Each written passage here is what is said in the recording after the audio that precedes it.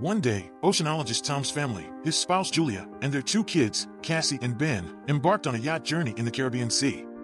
While Tom and Ben are occupied fishing and Cassie is focused on her device, Julia decides to take a swim. Suddenly, something disturbs her. Julia scans the area, but the ocean stays as tranquil as always. However, she senses a clear feeling of fear, as if something big and menacing is lurking nearby. At the same time, the gauges on the yacht start behaving oddly, but Tom, busy with fishing, ignores them. Meanwhile, Julia feels increasingly worse and ultimately starts to drown. She yells, but the family cannot hear her. The water appears to shift and drag her away from the yacht. As the situation turns critical, Tom finally hears her cries. He races to the helm and the yacht heads toward the distant Julia. Tom leaps into the water. With the children's aid, they haul her aboard and resuscitate her. Tom is furious as he always requests that swimmers inform others before entering the water. Julia apologizes, and the incident is quickly forgotten. Moreover, the family has a cause to celebrate. Today is their son Ben's 13th birthday. Tom lights the candles on the cake and everyone cheers Ben, who receives gifts, while Cassie takes a group photo of the happy family. At that instant, Cassie's boyfriend contacts her. He inquires about the swim, but suddenly a fierce and intense storm erupts in the background. Cassie is worried, but her boyfriend reassures her that he's safe. The connection drops. Cassie informs her parents about the storm on land, but then everyone feels jolts, rushes to the deck, and sees huge whale carcasses surfacing around the yacht. Tom explains that sometimes whales become disoriented during storms, but these creatures are pushing the yacht, endangering their safety. Tom decides to jump into the water to look things up while his family waits patiently for him. Tom comes back aboard after a while but with a deep cut on his shoulder. While trying to understand what's happening, he sliced himself on the propeller. Julia stitches the cut on her husband's shoulder, and he explains that the yacht shafts appear bent, likely from a whale tail strike. Now they're probably unable to sail away. Later, Cassie attempts to restore communication, but there's no signal. The radio isn't receiving any signals either. Tom begins calculating their supplies. There's enough water for about 4 days, no more, but they're on a shipping route, so someone is bound to find them. However, eerie sounds come from outside, and when the family steps out onto the deck, they see glowing objects descending from the sky. They fall closer and closer, and Tom, taking a risk, starts the engine. He manages to navigate the yacht away from the next meteorite, but the engine is finally damaged. The next object falls so near that the family can actually see the artificial satellites from their boat. Soon after that, a strong wind blows and shakes up the boat, dropping all utensils and making the instruments go haywire. The frightened family hides inside the yacht, which is being tossed by the waves. They wear life jackets and brace for the worst when a strange ringing sound is heard, causing nosebleeds and nausea. Tom attempts to signal for help with a flare gun, but it's all in vain. The family barely makes it through the night. In the morning, they were relieved to find themselves alive, but there's a large hole in the side of the yacht, and it's unclear why they're still afloat. The family steps outside and freezes in astonishment.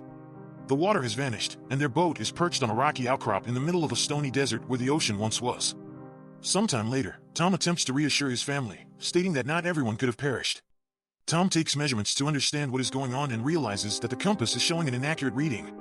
He says north isn't where it's supposed to be, which is quite big of a crisis. He further explains that this indicates that the Earth's poles have shifted from its original place. Such an event has occurred once on Earth before, but a very, very long time ago. He adds, it turns out that the sea has receded to where the land once was, and most likely, humanity has perished. Cassie can't handle this revelation. Julia goes to check in on Cassie while Ben comes up with a faint plan of releasing a bunch of colorful balloons into the sky, with the hope that survivors will come to their rescue. Meanwhile, Tom activates the radio, sending out distress signals. Unexpectedly, he receives a response. It's from Nato, the captain of a small submarine. They were deep underwater when the disaster struck, and that's why they survived. However, all communication systems have malfunctioned, and anticipating help is pointless. According to his calculations, the sea will return in about a week and it will be rough, so the man advises them to seek higher ground and remain there. Julia instructs the children to pack their belongings. Tom directly asks the captain if he can rescue their children. Naoto explains that the submersible is quite small. Unfortunately, Naoto's partner has died, and he can only take one person. After some persuasion, Tom persuades Naoto to take both children, and he provides his coordinates. Tom plots a course on the nautical map and promises to reach the location in a few days. The next morning, the family is nearly ready to begin their journey. Tom steps onto the deck and suddenly spots a man with a dog approaching. He walks toward him and greets him, but realizes that the man is injured. He offers the traveler a drink of water. The man drinks it and then suddenly punches Tom in the face, which Julia sees. She rushes to her husband as the traveler drives a makeshift spear into Tom's chest. The dog keeps Julia at bay, though she stands frozen in horror herself. Realizing there's no saving her husband, she races to the yacht. The man chases her, injuring her arm. Nevertheless, Julia climbs onto the deck, and the children, hearing her screams, rush to her aid. Together, they barricade the cabin doors. After that, Julia hides Cassie and Ben in a locker, giving her daughter the responsibility of managing the flare gun and instructing her to shoot only as a last resort. During this time, the killer attempts to force the doors open and finally manages to do so. Julia hides in the bathroom to treat her cut. Meanwhile, the intruder heads to the galley and grabs some food. It's obvious that he's extremely famished. With a can of food in hand, the man starts to search the yacht as Julia grabs a kitchen knife for protection. He steps into the cabin while the woman leaps overboard, concealing herself under the yacht. The killer looks through the hole but fails to spot her. However, the dog assaults Julia, compelling her to kill it. The Yelp steps outside and discovers the dog's body. Meanwhile, Julia reboards the yacht through the portholes on the far side. She lands directly into the killer's grasp. He assaults her, throws her onto a couch, and grabs her throat, intending to strangle her. Cassie witnesses all of this and realizes it's her last resort. She opens the locker and shoots at the man. The shot knocks him to the side, but the flare ignites the yacht. Julia instructs the children to escape while she sneaks into the galley. The attacker, only wounded, attempts to strike again. Julia kicks him away, grabs the packed bags, and jumps overboard, where Ben discovers his father's body. Cassie rushes to the corpse and cries over it. Julia kisses her deceased husband, but upon seeing the attacker leap from the burning yacht, she takes the children and flees. The boat detonates behind them. The family runs across the stony desert and soon finds shelter in a rocky canyon where a stream flows. However, the water is brackish and undrinkable. Cassie offers a small amount of water to her brother, but he declines to drink. The boy feels guilty, thinking the killer came because he saw the balloons. Cassie also expresses this thought, but Julia tells her to stop and defends her son, explaining that he didn't mean any harm. She tells the children to gather themselves as a long journey lies ahead, and then she spots the attacker again, still relentlessly pursuing their trail. The family presses onward. That evening, Ben discovers the carcass of a hammerhead shark and attempts to butcher it, but Julia spots the pursuer and commands the children to run. They soon encounter a field of once flooded toxic waste barrels, but Julia urges the children to move forward despite the contamination threat, knowing the attacker is still on their heels.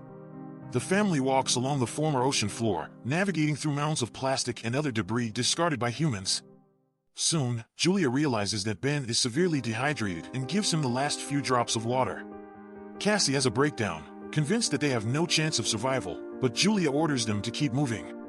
Eventually, they discover the fuselage of a plane that crashed into the sea long ago and crawl inside to rest. Julia looks at the last photo of their family and recounts the story of her first meeting with Tom, which took place at her hospital, where Tom was brought in with decompression sickness after a failed dive. The children weep, reminiscing about their father and saying their final goodbyes to him. At night, Cassie is awakened by a sound and steps outside to sit beside the plane. Out of the darkness, the killer approaches her, unaware that the girl is serving as bait. As he readies to grab her, Julia ambushes him, stabbing the man with a knife. At dawn, the family prepares to resume their journey, only to find that the killer's body has been scavenged, a sign that something even more dangerous than humans prowls the desert. They move on. Julia checks the map when Ben suddenly dashes ahead. His mother shouts for him to stop, but the boy sprints toward a salty puddle and manages to drink a few gulps. Julia pulls him away, but the boy becomes ill. Soon, they find some plastic chairs and construct a makeshift shelter from the sun, resting inside it. Suddenly, Julia hears strange sounds. She steps outside and sees something that drives her to wake the children. Realizing the new threat, they start running. Soon, they spot a large ship in the distance, surrounded by overturned containers and a few wandering people. Julia calls out to them, but upon seeing thousands of giant crabs, they dash into a container and lock the doors, ignoring her cries for help. Nevertheless, Julia, Cassie, and Ben sit on top, watching as the crabs break through a crack in the doors, killing everyone inside. Despite the people's efforts to fend them off, Julia ties a scarf around her leg and then passes out. The next morning, she awakens alone, terrified, and calls for the children. But it turns out the crabs have moved on, and the children have gone down to look for food and weapons. Julia cauterizes her wound while Ben inspects the discovered weapons. Searching through the containers, they discover a small amount of food and water. In the pocket of one of the deceased, Julia finds a radio and reaches out to Nato. He responds, explaining that he was also assaulted by deep-sea arthropods.